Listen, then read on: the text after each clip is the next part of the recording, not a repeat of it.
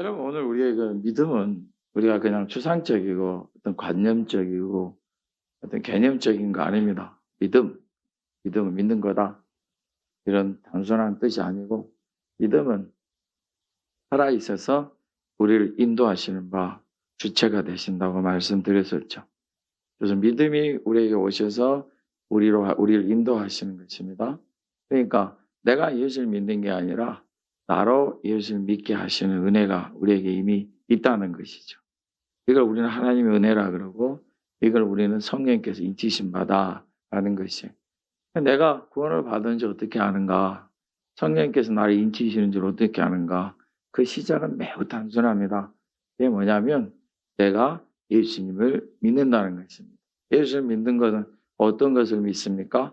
예수님이 우리가 사도신경에 신앙 고백하는 것처럼 예수님이 하나님의 아들이신 것도 믿고 예수님이 우리 죄를 십자가 못 박에 돌아가신 것도 믿고 또 예수님이 죽으신 3일 만에 다시 부활하신 것도 믿고 예수님이 이 땅에 40일 계시다가 하나님의 나라 승천하신 것을 믿고 그래서 우리 예수님이 때가 되면 다시 오실 것이라는 걸 믿는 것입니다.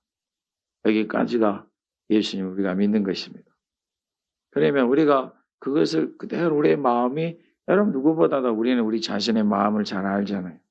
내가 변덕스러운지 내가 두 가지 마음을 갖고 있는지 내가 냉렬한 사람인지 내가 냉철한 사람인지 잔인한 사람인지 부드러운 사람인지 이기적인 사람인지 욕심이 많은 사람인지 친절한 사람인지 나밖에 모르는 사람인지 많은 사람들에 대해서 미움이 가득한지 또 사랑이 가득한지 뭔가 불평이 내 안에 있는 것인지 없는 것인지 이게 우리가 알아요. 자기가 자기 생각하기에 나는 이 세상에서 제일 마음이 착하다 하신 분 아멘 해보세요. 이 목사도 이렇게 완벽하게 착하지를 않아요. 화도 나고 미워도 지고 불평도 생기고 짜증도 나고 그렇게 되죠. 또 질투도 있어요. 여러분들에게는 절대 질투를 느끼지 않지만은 질투심도 있어요. 그 질투심을 하나하나 잘라내는 게 얼마나 힘든지 몰라요. 질투 그래서 저는 질투 한 가지만 있는 줄 알았더니 질투가 여러 줄기가 묶여서 하나를 이루고 있더라고요.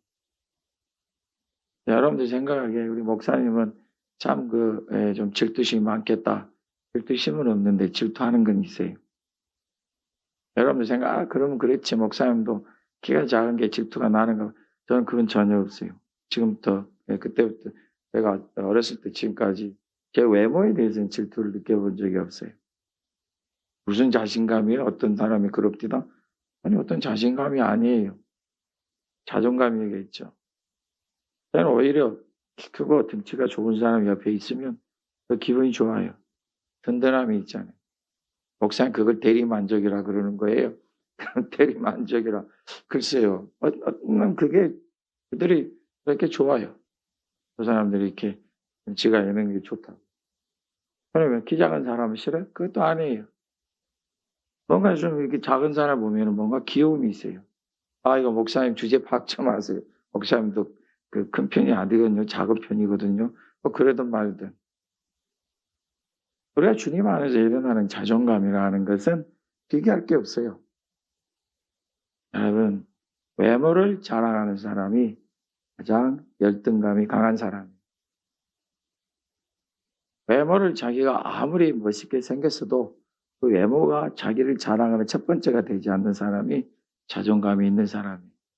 맨날 자기 외모를 자랑하고 외모를 그냥 엄청나게 가꾸고 꾸미는 사람들은 결국 세월이 지나가면 저 사람이 열등감이 있었는지 없었는지 알 수 있어요. 여러분들이 생각하는 아주 유명한 굉장히 그 아름다움이나 멋있음에 비교할 수 없겠다 싶은 사람들이 나이가 40, 50대 가면 그것 때문에 거의 정신적인 병을 앓아요. 그래서 나중에 얼굴이 아주 이상해지는 경우들이 되게 많잖아요. 어떤 사람 스스로 극단적인 선택도 해요. 그걸 자기가 소화를 못하니까. 제가 한번 오늘 아침에 질문해 보겠습니다. 여러분의 첫 번째 우선순위는 뭡니까? 그것이 뭐냐에 따라서 여러분들 생활이 많이 달라집니다. 내 건강이 첫 번째다. 그러신 분들은 이제 보는 눈이 달라집니다. 건강한 사람이 그렇게 부럽고, 어제는 나보다 더 건강하지 않은데 갑자기 건강히 다닌 사람 보면 질투가 나. 또 몸이 좋다는 것을 보면 어느 다른 것보다 내가 옷을 좀 하루만 입어도 괜찮아요. 그것부터 취하게 돼. 다른 약속은 잊어먹고 살아도 그 음식을 먹는 것은 절대로 잊어먹지 않습니다. 이게 첫 번째. 나는 드라마가 첫 번째다 하신 분들은 드라마 애호가들인데, 이분들은 식사 시간을 잊어먹어도 드라마 시간은 절대 잊어먹지 않습니다. 피곤해갖고 일찍 주무셔도 8시 땡땡 눈이 번쩍 떠진대요. 왜 난 참 그분들이 부러웠어요. 어떻게 잠이 들었는데 8시에 눈이 떠져요? 저는 그렇게 노력을 안다는데 이유가 있습니다. 드라마가 시작하는 시간. 더 심한 사람은 8시 됐잖아요. 그러면 아니요. 5분 정도 있다 시작할 거예요. 그동안 광고할 거예요. 그것까지 합니다. 첫 번째는.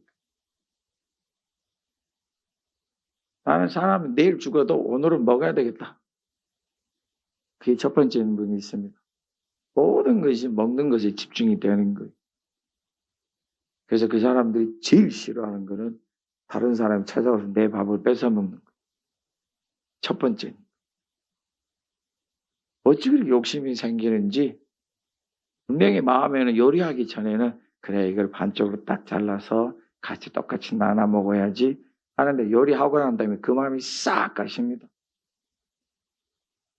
자기는 몸이 온갖 좋은 거는 먹고 다른 사람에게는 원래 그 생선은 머리가 좋은 거예요 하고 머리를 줍니다. 첫 번째. 그게 무엇입니까? 여러분의 삶 속에. 여러분, 믿음은 그냥 말만이 믿음이 아니에요. 삶이 있어요. 믿음은 행동이 있고요. 믿음은 우리 눈앞에서 보여요. 제가 여러분의 믿음을 보겠습니까? 못 보겠습니까? 못 봐요. 제가 누구라고 여러분들의 믿음을 보겠어요? 그 믿음이라는 건 어떻게 생각해 보면 추상적이고 그냥 형상인 것 같아요. 근데 우리 성경이 말씀하신, 주님이 말씀하시는 믿음은 실제입니다. 나타나요. 그래서 우리가 그걸 보고 저분은 믿음이 정말 훌륭하구나. 아니면 저렇게 오랫동안 예수를 믿었는데 아직도 믿음이 어린아이 같구나. 이걸 알게 되는 것이지, 우리가 믿음의 형체를 보는 건 아니에요. 그 믿음의 모습들이 나타나는 거죠.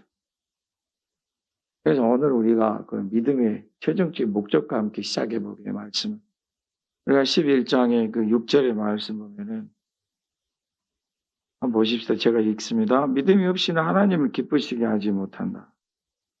하나님께 나아가는 자는 반드시 그가 계신 것과 또한 그가 자기를 찾는 자들에게 상 주시는 이심을 믿어야 할지니라.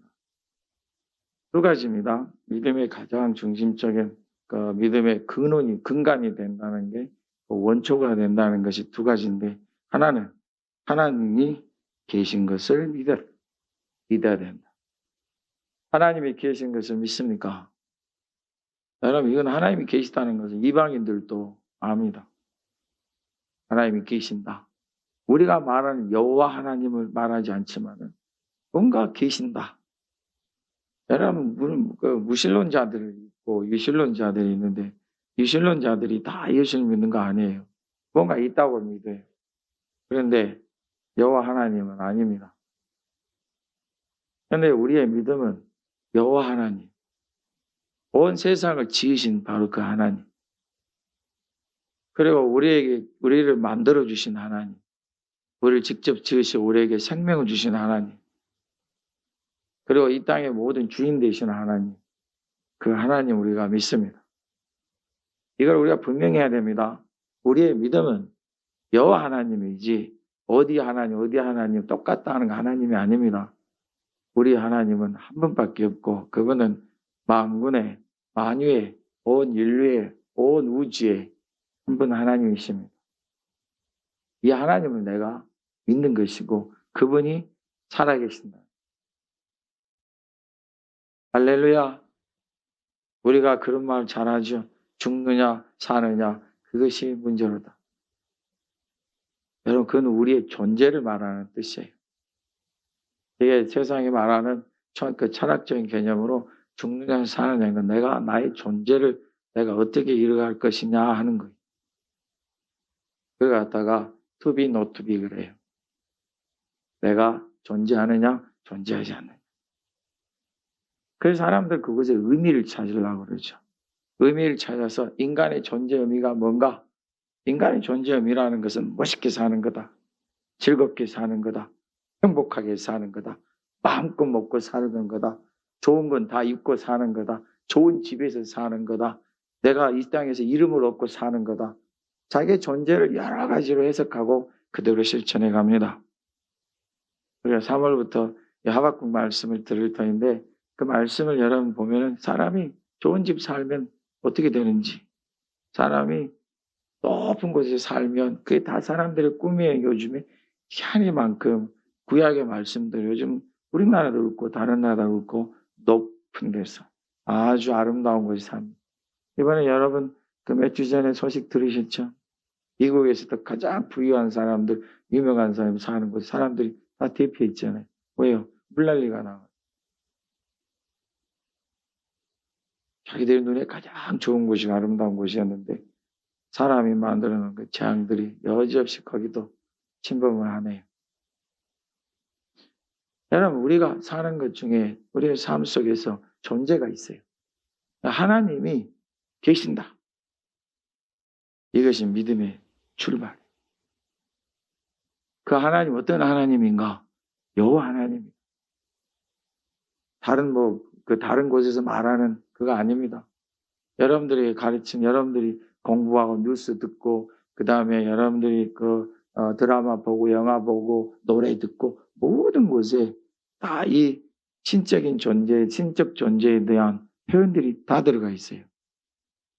없는 거 없어요. 다 들어가 있어요.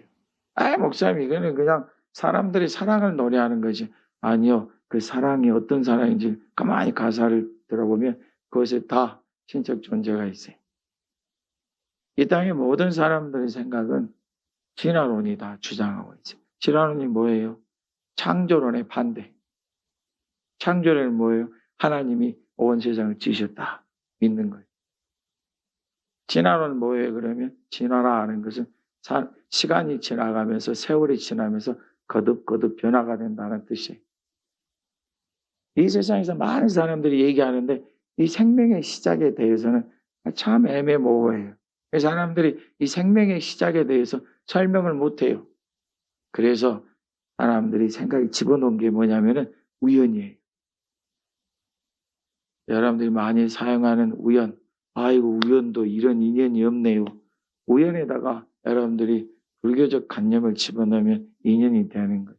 제가 여러분들의 인연이라는 말을 쓰지 마세요. 쓰지 마세요 하는 거는 그 속에 불교의 가르침이 다 들어가 있어요. 그래서 인연 속에는 전생과 내생이 있고 또 열반이 있어요. 열반이 뭐예요? 저들이 말하는 인간이 전생과 현생을 갖다가 내생을 돌아서 가는 이 피곤함을 벗어나는 게 열반. 그 해답을 못 찾았어요, 이 사람들도. 알 수가 없거든요. 여러분들이 뭐라죠? 재벌집 막내 아들? 드라마 보셨죠? 이게 바로 전생의 삶, 내생, 현재의 삶을 얘기하는 인연이에요, 인연. 그래서 정신없이 보고, 야, 진짜 그러네. 정신 바짝 차리셔야 됩니다. 뭐가 진짜 그래요? 우리의 믿음은 하나님이 계시다. 이것부터 출발. 할렐루야. 하나님이 계시기만 하는가? 사람들 생각 속에서 존재만 하신가? 하나님이? 아니요. 하나님은 인격적인 하나님이시고 우리의 말을 들으시는 하나님이고 우리하고 대화가 가능. 그러면 하나님 우리에게 무엇을 보여주시지 않아요? 우리가 주님의 은혜로 인해서 온전함을 이루고 하나님 안에 들어가면 그 하나님을 다 볼 수 있어요. 지금은 보지를 못해요. 우리의 육신이 이미 죽었기 때문에 보지를 못해요. 우리 하나님께서 분명히 경고하셨죠. 우리 선자 아담과 하에게 정령 죽으리라. 죽은 자가 어떻게 살아계신 하나님 못 봐요. 지금 우리가 하나님을 알 수 있는 건 예수님 오셔서 그 모든 걸 우리에게 보여주고 가셨기 때문에 우리가 예수님을 통해서 하나님이 계시다 하는 걸 알게 되는 거지. 우리는 깜깜한 사람들이 어둠 속에 있었잖아요. 빛이 오셔서 그 어둠을 몰아내신 거예요. 그래서 우리가 빛 가운데서 우리 주님을 보게 되는 것입니다.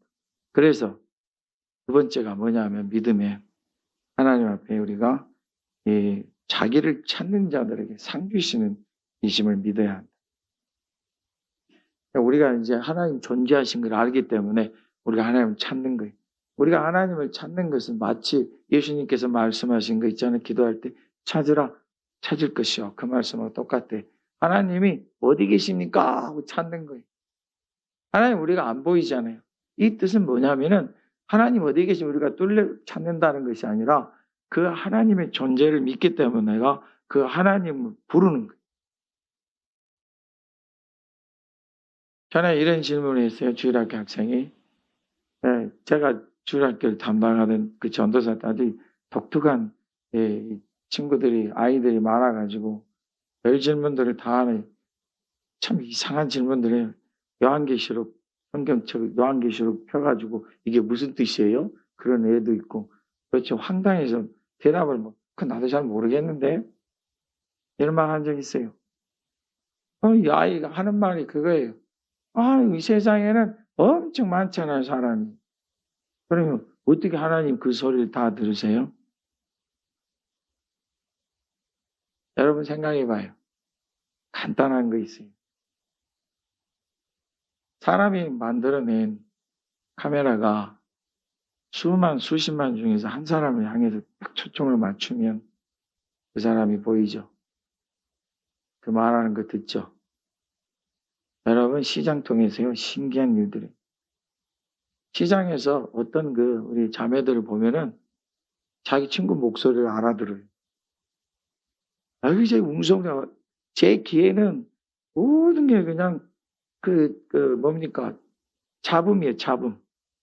그래서 시끄러워요. 그래서 빨리 그냥 나갔으면 좋겠는데 그 많은 잡음과 소음 속에서도 자기 친구 음성을 들어요. 누구지? 영희 엄마가 저기서 생선 사고 있네? 금방 알아요. 알아죠.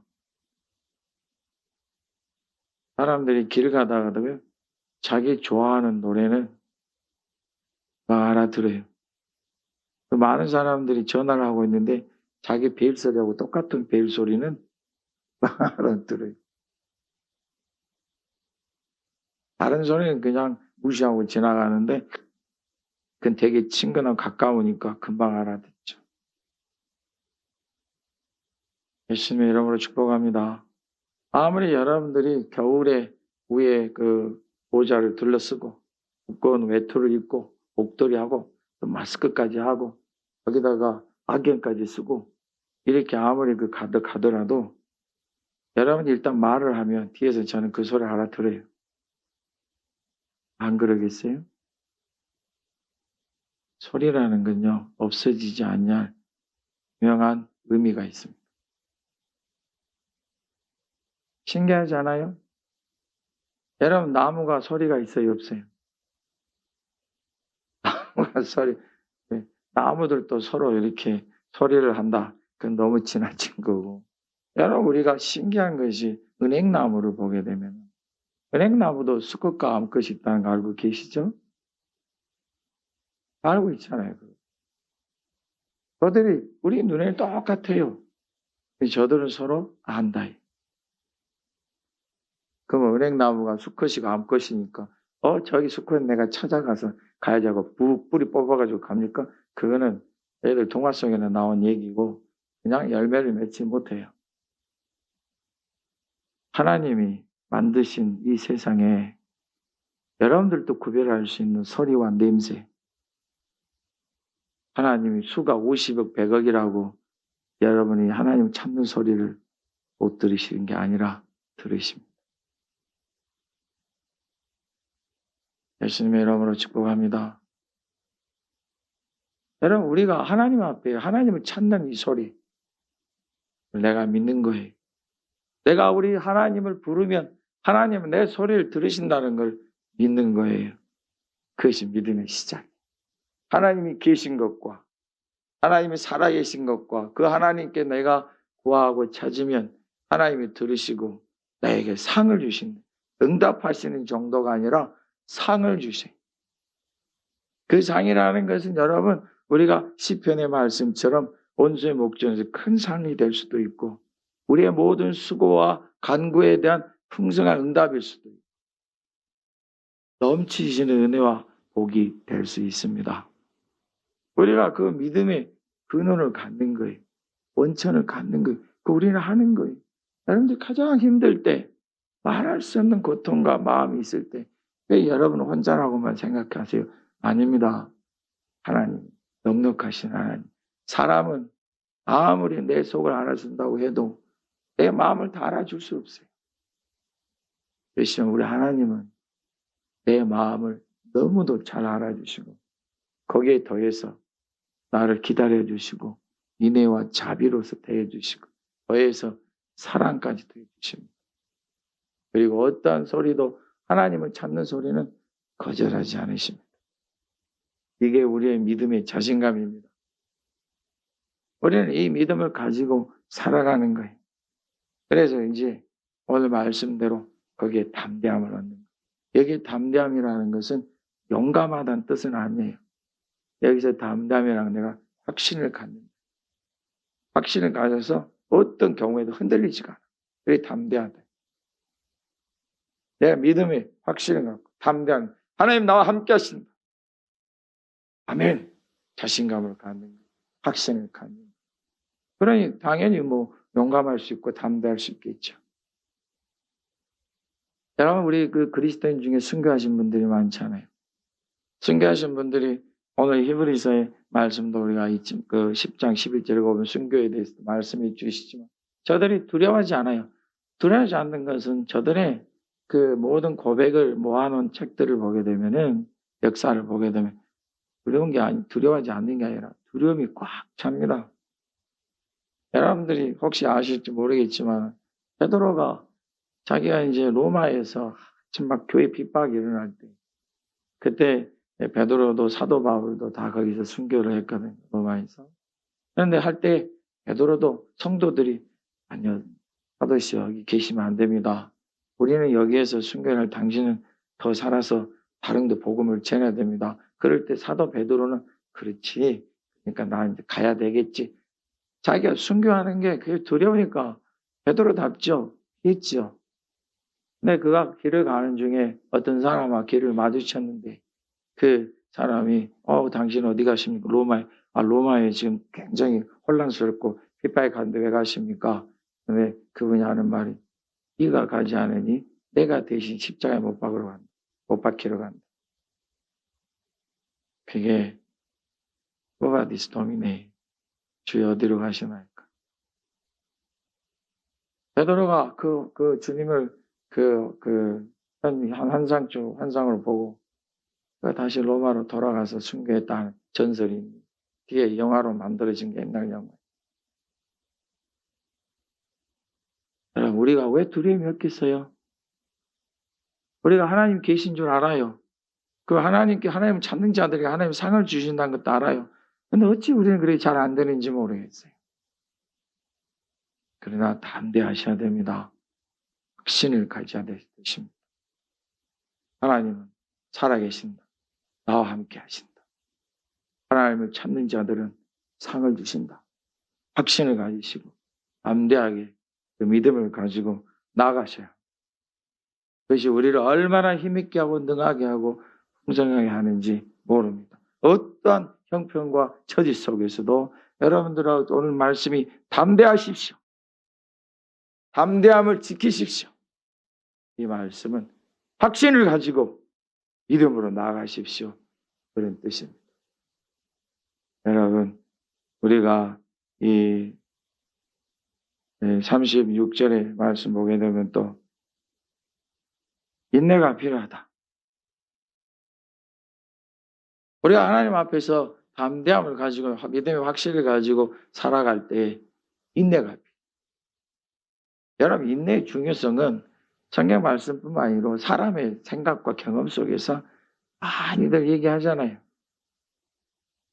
조금만 더 했더라면, 조금만 더 깊게 팠더라면, 내가 조금만 더 노력했다면, 나에게 조금만 더 자본이 있었더라면, 나에게 1년이라는 시간을 내가 쓸 수 있는 시간이 있었더라면, 내가 이 시간을 좀 더 활용할 수 있었더라면, 아쉬움을 갖는 사람들이 여기저기서 탄식하고 있잖아요.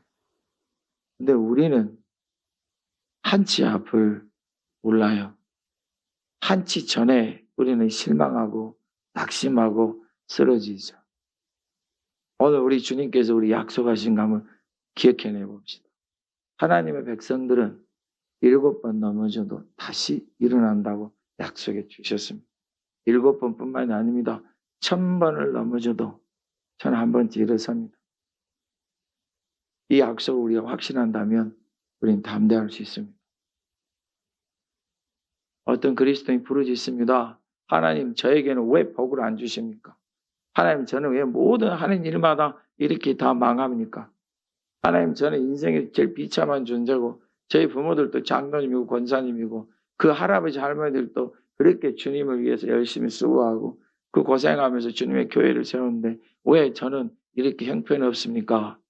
울부짖으며 토로합니다. 안 됩니다.